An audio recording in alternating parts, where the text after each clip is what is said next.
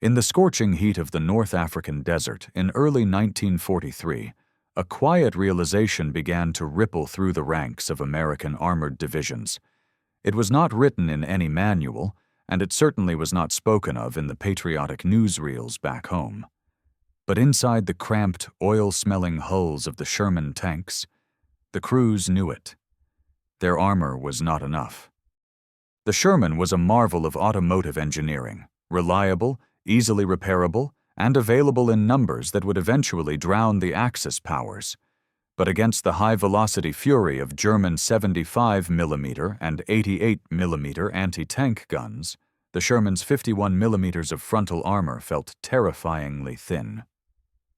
As the first American tanks burned in the Tunisian desert, a new kind of warfare was born. It was not dictated by generals in Washington, but by frightened 20-year-old kids with welding torches, sandbags, and a desperate will to survive. This is the story of field improvisations. It is a story of ingenuity born from terror, where standard-issue regulations were discarded in favor of anything, literally anything, that could put another inch of matter between a tanker's flesh and a German armor-piercing shell. By the summer of 1944, this had evolved from scattered experiments into a massive, unauthorized industrial enterprise. Entire battalions were welding scavenged steel plates, pouring tons of concrete, and stacking mountains of sandbags onto their vehicles. General George S. Patton would famously ban the practice, calling it useless weight. Other commanders, like Omar Bradley, would quietly encourage it, understanding that in war, morale was a form of armor, too.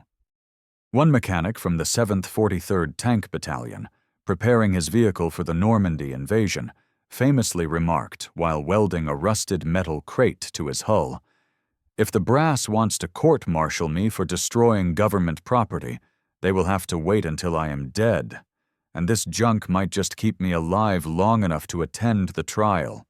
From the hedgerows of France to the volcanic sands of Iwo Jima, this is how American tankers turned their vehicles into rolling fortresses of junk, defying both enemy fire and their own army's regulations."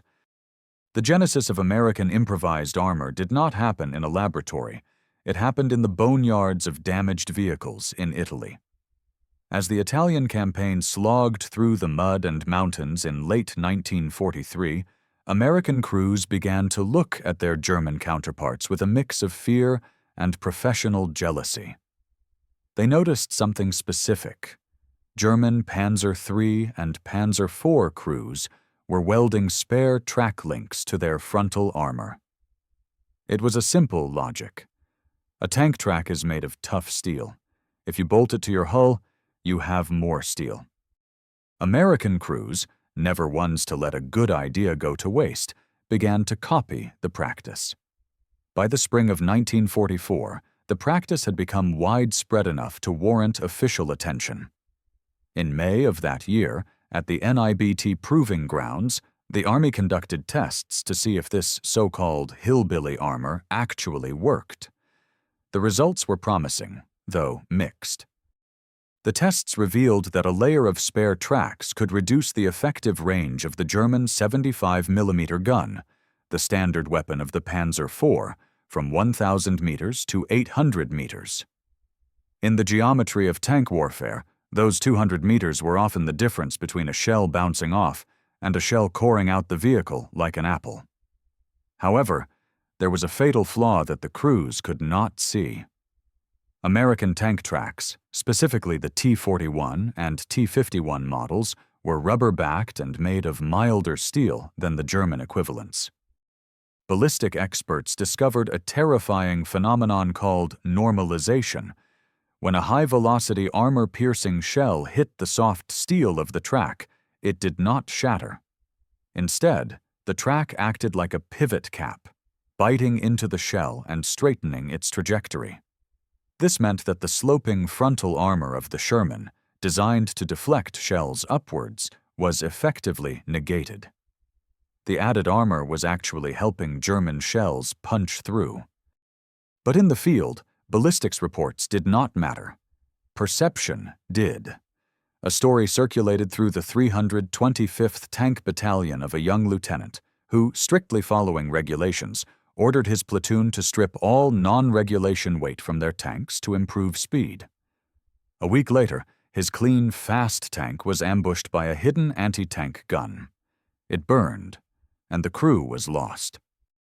His replacement arrived, took one look at the charred wreck, and immediately ordered his crew to cover their new tank in sandbags. "We did not know if it worked," a veteran of the campaign later recalled. "But we knew that driving a naked tank felt like walking into a knife fight without a shirt. If stacking crates of K rations on the hull made us feel safer, we stacked K rations. But usually we preferred steel." The invasion of Normandy on June 6, 1944, changed the physics of the war. American tankers found themselves fighting in the bocage, a centuries-old nightmare landscape of small fields surrounded by earthen embankments topped with thick, tangled hedgerows. These were not garden hedges. They were root-reinforced walls that could stop a tank dead, exposing its thin belly armor to German anti-tank teams lying in wait. It was here that field improvisation shifted from defensive to offensive. The problem was simple. If a tank tried to climb over a hedgerow, its guns pointed at the sky and its vulnerable underside was exposed. The solution came from a sergeant named Curtis G. Culin of the 102nd Cavalry Reconnaissance Squadron. Culin did not invent a new weapon. He invented a lawnmower for tanks. He proposed welding steel prongs to the front of the Sherman, allowing it to dig into the earth bank and plow through it, keeping the tank level and its guns ready to fire. The genius of the so-called Culin Rhino device was not just the design, but the material. The beaches of Normandy were littered with Czech hedgehogs, massive steel beams the Germans had planted to rip the bottoms out of landing craft. In a poetic twist of irony, American engineers cut up these German obstacles to build the devices that would defeat the German defensive terrain. General Omar Bradley was so impressed by the prototype that he ordered the immediate modification of every tank possible. Within weeks, nearly 500 tanks, roughly 3/4 of the 2nd Armored Division, were fitted with these tusks. Soldiers nicknamed them rhinos, or French can openers. While not strictly armor in the sense of stopping shells, the rhinos provided a crucial layer of survival. They allowed tanks to operate where the enemy did not expect them. The psychological impact was immense. German defenders who felt safe behind their walls of vegetation suddenly found American tanks bursting through the greenery, guns blazing. While the rhinos solved the mobility problem, the protection problem remained. As the fighting bogged down in July 1944, just before Operation Cobra, the threat of the Panzerfaust became acute. This handheld, disposable anti-tank weapon fired a shaped charge capable of penetrating far more armor than any tank carried. The response from the crews was primal: sand. It started with the 743rd Tank Battalion. Having supported the landing on Omaha Beach, they had access to millions of tons of wet, heavy sand. Crews began welding frames made of chicken wire or salvaged fencing to their hulls and filling the space with sandbags. The logic was based on a misunderstanding of physics, but a correct understanding of probability. Crews believed the sand would cushion the blow of a shell. In reality, against kinetic penetrators, solid metal slugs, sand did little but add weight. But against the shaped charge of a Panzerfaust, which worked by focusing a jet of molten metal, the sand acted as standoff armor. If it could detonate the warhead a foot away from the steel hull, the molten jet might dissipate before burning through. Crews went to extreme lengths. Some welded empty marine salvage buoys or ammunition crates to the sides of their tanks and filled them with sand. The tanks became lumbering, boxy shapes, unrecognizable as Shermans. "We looked like mobile milk cartons," one driver noted in his diary. The transmission groaned, the engine overheated, and we sank into the mud. But when you see a Panzerfaust warhead splash harmlessly against a sandbag wall, you stop complaining about the mileage. The Battle of the Bulge was a shock to the system. The massive German counteroffensive in the Ardennes forest destroyed hundreds of American tanks. The losses were catastrophic, and the confidence in the Sherman's armor hit an all-time low. As the Allied forces regrouped in January of 1945, two distinct philosophies on armor emerged, personified by two different generals. General George S. Patton, commander of the Third Army, was a cavalryman at heart. His doctrine was built on speed, aggression, and violence of action. To Patton, a sandbagged tank was an abomination. "A tank that moves is a tank that survives," was the essence of his philosophy. He argued, correctly from an engineering standpoint, that the tons of extra sand destroyed tank transmissions and suspensions. A tank that broke down due to weight was just as useless as one destroyed by the enemy. In the summer of 1944, Patton had strictly forbidden sandbags in his units. He famously would stop his jeep to scream at tank crews he saw piling rubbish on their vehicles. But Patton was not suicidal. He understood the need for protection, but he demanded it be efficient. Instead of sand, Patton authorized the 326th Ordnance Maintenance Battalion to implement a sophisticated, albeit gruesome, recycling program. They were ordered to strip the armor plates off destroyed tanks, both American and German, and weld them onto the functioning Shermans. Working in freezing Belgian workshops, mechanics cannibalized the battlefields. They favored the thick, high-quality steel from knocked-out German Panther tanks. Using oxyacetylene torches, they cut large slabs of armor from the German wrecks and welded them to the fronts of American tanks. This was appliqué armor of the highest order, using the enemy's superior steel to defeat the enemy's weapons. The most famous practitioner of this heavy steel doctrine was Lieutenant Colonel Creighton Abrams, commander of the 37th Tank Battalion. Abrams was an aggressive commander who led from the front. His personal tank, Thunderbolt VII, was a Sherman Easy 8, already the best version of the Sherman. But Abrams was not satisfied. He had his maintenance crews weld huge plates of salvaged armor to the hull, and even the turret. Photos of Thunderbolt VII show a tank that looks swollen, its lines distorted by layers of extra steel. Abrams knew the risks. The extra weight strained the engine. But it paid off. During the drive into Germany, Thunderbolt VII was hit multiple times. In one documented instance, a shell fragment that would have penetrated a standard Sherman embedded itself harmlessly in the add-on armor. Abrams reportedly laughed when he saw the gouge. "The Germans make good steel," he told his gunner. "It's nice of them to donate it to us."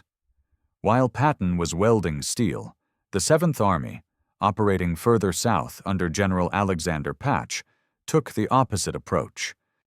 On January 31, 1945, they initiated a formalized program to armor their tanks with sand and concrete. This was not the chaotic, individual improvisation of Normandy. This was an industrial effort. Divisional workshops welded standardized steel cages to the hulls of Shermans. These cages were designed to hold a wall of sandbags exactly 3 bags thick on the front and 2 bags thick on the sides. The logistics were staggering. Convoys of trucks were diverted from carrying ammunition to carrying sand from riverbanks. Combat engineers mixed tons of concrete to pour over the transmission housings. By February 1945, a 7th Army Sherman looked less like a tank and more like a moving bunker. As the armies pushed into Germany, a new material gained popularity: concrete. It was readily available, easier to shape than steel plates, and did not rot like sandbags. But it came with a horrific downside that few crews anticipated. The 12th Armored Division pioneered a type of composite armor that was years ahead of its time in concept: if crude in execution. They created a sandwich, a layer of concrete, reinforced with steel rebar or chicken wire, poured over the existing armor. Some crews went overboard. Photos exist of Shermans with nearly a foot of concrete poured over their front slope. The drivers had to have tunnels carved through the concrete just to see out of their periscopes. However, concrete is brittle. When hit by a high-velocity shell, it does not just break, it shatters. The problem was spalling. When a shell struck the outer concrete layer, the shockwave could travel through the armor and cause the metal on the inside of the tank to flake off in razor-sharp fragments. Even if the shell did not penetrate, the crew inside could be shredded by their own armor. Worse was the external shrapnel. A non-penetrating hit on concrete turned the armor itself into a shotgun blast of rock and stone. Infantry walking near the tanks, who relied on the tanks for cover, were often wounded not by enemy fire, but by exploding concrete from their own vehicles. The 750th Tank Battalion learned the hard way that concrete was also permanent. When the war ended, and they were ordered to strip their tanks for inspection, they found that the concrete had cured so hard it was virtually impossible to remove. Mechanics spent days with jackhammers chipping away the protection they had so eagerly applied months before. One mechanic joked, "It took the Germans 4 years to build the Atlantic Wall. We built one on every tank in 4 hours, and now I have to take it down with a chisel." While the 7th Army was pouring concrete, Patton's 3rd Army perfected the art of up-armoring with steel.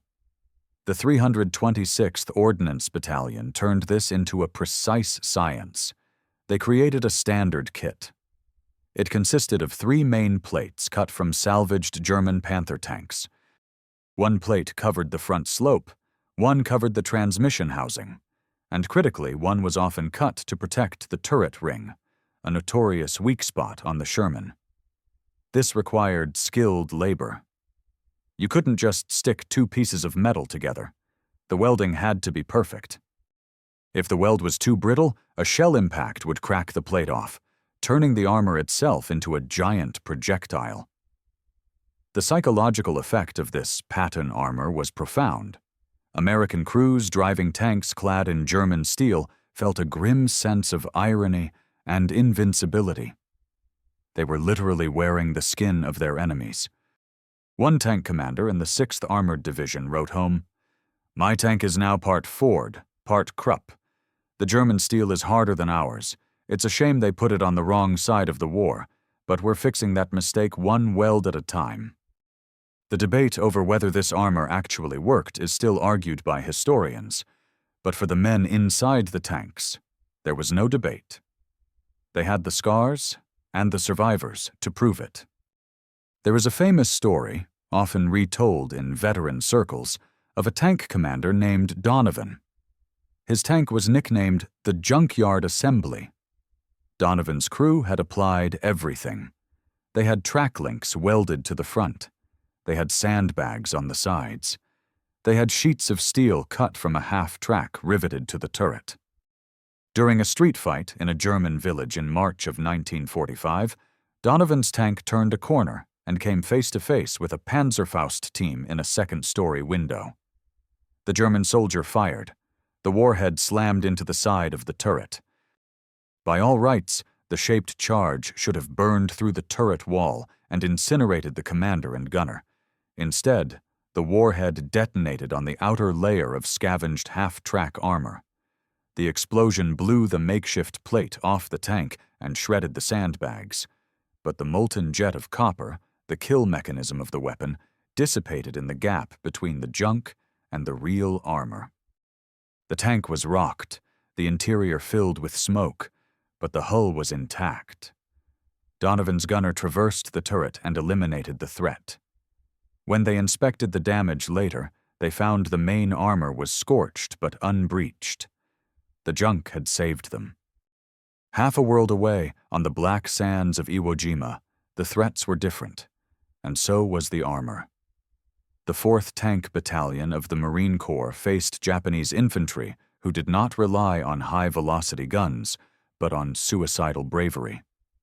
Japanese soldiers would run up to tanks and magnetically attach mines to the hull or throw satchel charges into the suspension. The tank Beelzebub, a Sherman III, became a legend of improvisation. The crew covered the sides of the tank with thick wooden planks. This was not to stop shells. It was to create a standoff for magnetic mines. A magnet does not stick to wood. They also welded nails, pointing outward, to the hatches and turret roof. This brutal modification was designed to stop Japanese infantry from climbing onto the tank to drop grenades into the vents. During the battle for Motoyama Airfield, Beelzebub was swarmed by Japanese infantry. Grenades bounced off the wire mesh cages welded over the hatches, another innovation dubbed birdcages. Magnetic mines slid uselessly off the wooden planks. The tank survived the close-quarters brawl, looking like a medieval siege engine covered in wood, wire, and spikes. By the spring of 1945, the Army decided to settle the argument. Did this stuff actually work? On March 2nd, the War Observers Council interviewed commanders from the 25th and 48th Tank Battalions. The testimony was glowing. Officers swore under oath that at least 8 tanks in their units had been saved specifically by sandbag armor. However, when the Ordnance Department conducted controlled firing tests, the results were sobering. They fired Panzerfaust warheads at sandbagged Shermans at the Aberdeen Proving Ground. The tests showed that in many cases the improvisations made things worse. The problem was the fuse of the Panzerfaust. It was designed to detonate on impact. When it hit a soft sandbag, it sometimes detonated slightly early. This standoff distance, instead of dissipating the jet, actually allowed it to form perfectly. The sandbag acted like a focusing lens, helping the warhead achieve its maximum penetration potential. Furthermore, the extra weight strained the suspension so badly that the tanks were slower and could not turn as fast. The analysts concluded that a slow tank was an easy target, and the armor did not help. But the report ended with a crucial caveat. If the bags accomplished nothing else, they were undoubtedly a factor in morale, as the crews were thoroughly impressed by them. In the end, the Army decided not to ban the practice entirely. If a few inches of concrete made a crew brave enough to advance rather than retreat, it was a valid modification. The improvised armor debate highlighted a fundamental split in American command styles. Patton represented the hard school of thought. He trusted the machine and the math. He believed that discipline saved lives. To him, a sandbagged tank was a sign of a cowardly crew and a lax commander. He threatened to court-martial officers who allowed their men to turn their tanks into moving junk piles. Bradley represented the human school. He understood that soldiers are not machines. He knew that the terror of being locked inside a steel box while people shoot at you is a unique kind of hell. If his men needed a security blanket made of concrete to do their job, he would give it to them. Statistically, it is hard to say who was right.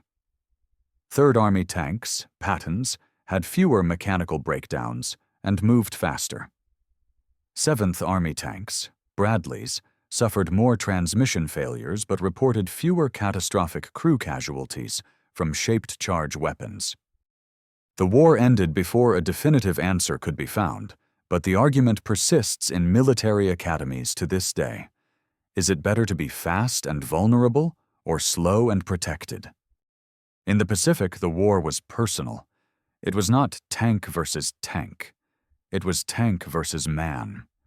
The Japanese developed the lunge mine, a shaped charge on the end of a bamboo stick.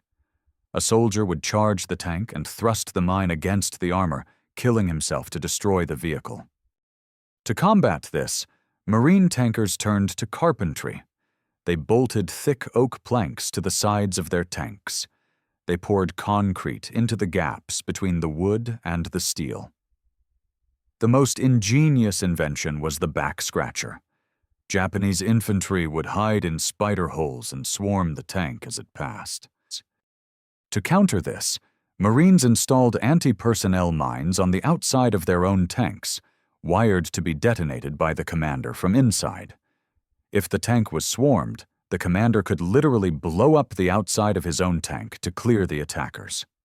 While European crews worried about ballistics, Pacific crews worried about biology.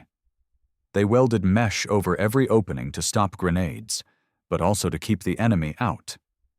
It was a brutal, close-quarters fight, where the tank was less a vehicle and more a fortress under siege.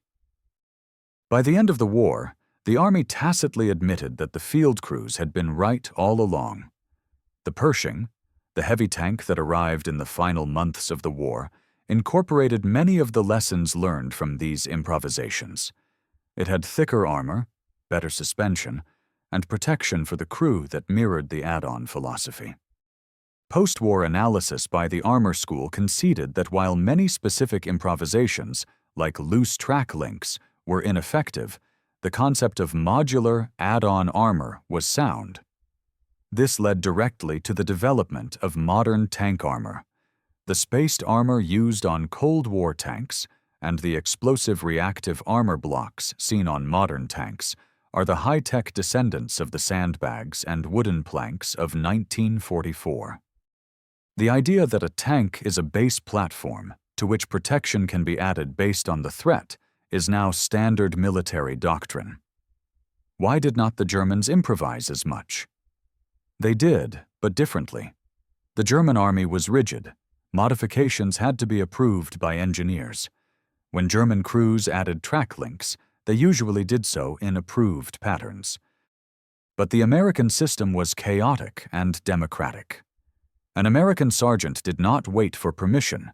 He grabbed a welding torch. This cultural difference was a strategic advantage. It meant that American equipment evolved in real time, adapting to the battlefield week by week. While German factories were paralyzed by trying to produce perfect, complex, heavy tanks, American field workshops were churning out hundreds of good enough, up-armored Shermans that could do the job. Amidst the death and metal, there was humor. One tank in the 750th Battalion was so heavily laden with sandbags, concrete, and scavenged gear that the crew named it the kitchen sink. There is a documented story of a logistical mix-up on Omaha Beach, where a truck driver, ordered to bring sand for the tanks, accidentally loaded his truck from a pile of sand that was being used to cover a stash of landmines. He drove halfway to the front line, sitting on a literal powder keg, before an officer noticed the warning markers on the pile and frantically radioed him to stop. And then there was the concrete competition. Two crews in the 14th Armored Division got into an argument over whose tank was better protected. They kept adding layers of concrete and steel until their suspensions were practically flat. Finally, they asked an ordnance officer to judge. The officer looked at the two immovable, concrete-encased monsters, shook his head, and declared the winner to be the German artillery, because neither tank was going anywhere fast enough to dodge a shell. The story of improvised armor in World War II is not really about tanks. It is a story about the American soldier. Faced with a superior technological threat, they did not wait for a solution from Washington. They built one. They scavenged, they stole, they invented, and they welded. Some of it was useless, some of it was dangerous, but some of it worked. When we look at the grainy black and white photos of those monstrous, sandbag-covered Shermans rumbling through the ruins of Europe, we are not just seeing armored vehicles. We are seeing the physical manifestation of the survival instinct. We are seeing the refusal to accept the odds. General Patton may have hated the sandbags, but even he could not deny the spirit behind them. It was the spirit of a citizen army that believed that with enough grit, enough ingenuity, and enough concrete, they could survive anything the world threw at them. And in the end, they were right. They rode their junk all the way to Berlin and Tokyo.